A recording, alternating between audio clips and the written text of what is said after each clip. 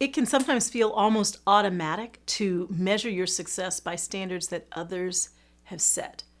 But if you want true fulfillment, at some point you have to decide for yourself what your definition of success is. So this is the first in a 6-part series on coaching yourself with the right questions. And I've been getting a lot of questions from you. So this week, I just want to read one of those questions. So this is what it says. Because of what I've accomplished in my career, I'm often called successful, even though I don't feel successful. And the reason I don't feel successful, I actually feel a little guilty, is because I want to take a new path in my career. I don't feel like I'm doing what I'm meant to be doing, even though I'm very good at it. Is it crazy that I'm thinking about making a career change? I think my family and even my colleagues will not be able to believe that I'm giving up the success I've attained to go after something that's not guaranteed to look as successful as where I've been. Listen, I think oftentimes we feel a lot of pressure from what everybody else thinks is success. But at some point, if we're going to live authentic lives, we have to be honest with ourselves about what we know we're called to do, about what feels purposeful for us. Because you'll never feel successful if you feel like what you're doing isn't what you were meant to be doing, what you were called to be doing, what's purposeful for you.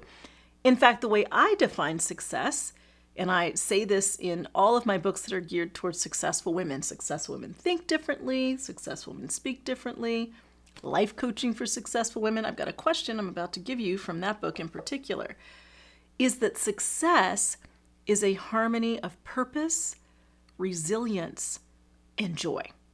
It starts with purpose. You are here for a reason. There's a way people's lives are better when they cross paths with you. And when you're carrying out that purpose, you're always going to feel successful because you're doing the thing that you're meant to be doing. So here's the powerful question I want you to coach yourself with.